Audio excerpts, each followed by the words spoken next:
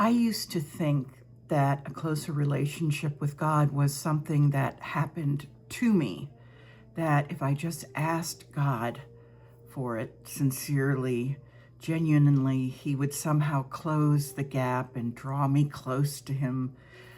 But I've learned something so important just in the last 48 hours, and it's not God who moved. And I'll tell you a little story, what happened in these last 48 hours. Saturday evening, I went to Mass. And I'll be honest with you, it's the first time I'd been to Mass since Easter. And this was the fifth week of Easter. So 5 weeks, 4 weeks. And I hadn't been. And it's not because I, purposely didn't go, but the weather was cold. I went to a friend's church one week, and the weeks I didn't go, I watched Mass from YouTube. So, it was kind of like going to Mass. But when I went to Mass on Saturday evening, I was sitting there and I felt so convicted, and I prayed and I said, God, I'm so sorry I have not been here in so long. Please draw me closer to you. I want a closer relationship with me. With you, with me. I want a closer relationship with you, God. And I prayed it very, very sincerely. And then this morning, I was doing my devotions as I always do. And I was reading a psalm as I always do, and then journaling. And the psalm was Psalm 61. And I started to read it, and I thought, and this happens quite often. I'll read the psalm of the day, and it'll be like, I don't get it. I don't see anything in there for me. As soon as I say that, I know now from experience that I need to read the psalm a second or third time and read it slowly and pay attention, because there is something in there for me to learn. And this day, it was the very last 2 lines, Psalm 61, verse 8, and it says, "So I will sing to your name forever, and day after day fulfill my vows." Now, the first time I read that, I thought, oh, that's so beautiful. I will sing to your name forever. And, it just sounds so lovely. Choir of angels and Suzanne were all singing. But that wasn't the message. The message was, and day after day fulfill my vows. What does that mean? Fulfill my vows. I'm not a nun. I'm just a lay person, just a normal human being. But he was saying, well, there's another scripture. It's James 4:8. It says, draw near to God, and he will draw near to you. That was the fulfillment of my vows. On Saturday evening, I said, God, draw me closer to you. And here is God saying, you want that? I haven't moved. God is always near to us. God is always here. We have to draw near to him. That is fulfilling our vows.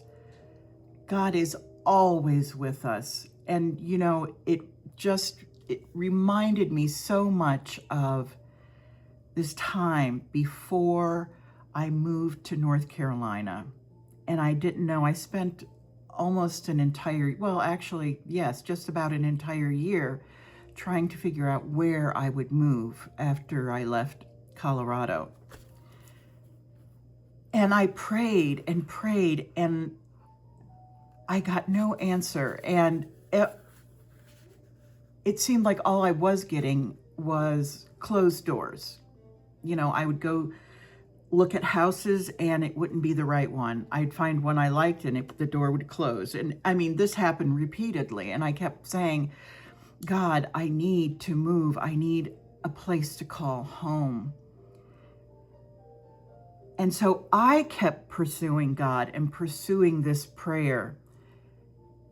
And God was there, even though I didn't feel like it, even though I felt God was so distant from me. He wasn't. He was leading me, even though I didn't realize it at the time. Now, of course, in hindsight, of course, as they say, everything is 20/20. In hindsight, I can see how God led me here. So the point is that, what does it mean when it says, fulfill our day after day, I fulfill my vows? Well, day after day, I draw near to God. I have to remember to read the Bible, my morning devotion, whatever that is. For me, it's always the Psalms because I love it. But it can also be the Gospels or whatever, a Bible study that you're doing. But every day, read a piece of scripture and then pray. They say, bring your needs to God, speak to him, and then learn to sit quietly and listen to what he wants to say to you. And then the other thing I think that is very helpful is to, and this is a habit I've gotten into. I'm always talking about my journal. One thing I do when I read the Psalm every morning, and I keep I keep looking off stage here. It's actually my iPad, because I have a Catholic devotional called, what is it? Give Us This Day. I always forget the name of it. Give Us This Day. And it's a daily devotional. And every morning, I read this, and the Psalm, you can see it's right there. And like today, I try to find one verse that really speaks to me. And so today it was those 2 lines, so I will sing to your name forever. So beautiful. And day after day, fulfill my vow. So I wrote that here in my journal. And then I started journaling what I thought about that verse, how it was speaking to me. And actually, that's where the inspiration for today's Psalm video came from. Exactly this experience. And so I want to encourage you not only to come to God every day, read the scripture, pray, but also just write down one line of scripture and just meditate on it. Just think about it and say, God, show me how this applies to my life. Because I'll tell you, God will respond, and he will show you what you need to learn. Today, for me, it was me saying, God, please draw me closer to you. And God saying, Suzanne, I haven't gone anywhere. I'm right here. You have to draw closer to me.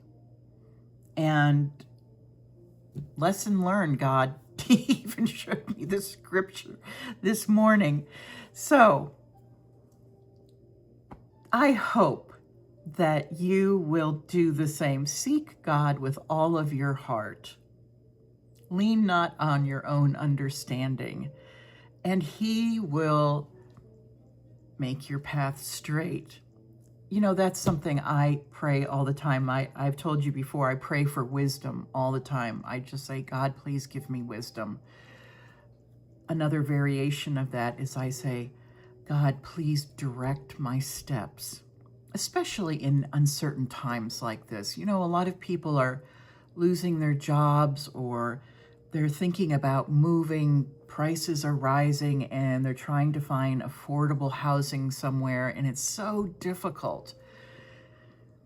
God, please direct my steps. and keep moving forward. You keep doing the work and say, God, I will show up. I will do the work. Please direct my steps. Okay? Thank you so much for being here. God bless you. And please leave a comment and tell me either what you're praying for right now or how you have had a similar experience to what I had in the last 48 hours, where you've prayed for something and God has said, excuse me, I've got your answer right here. I like to say that God has a great sense of humor, maybe because I love people who have a great sense of humor. And I believe that God is the author of beauty and of joy. And I think he desires that for us. So thank you so much. God bless you. And I will see you later this week for our Thursday regular video, and then again next Monday for our Psalm video. Goodbye.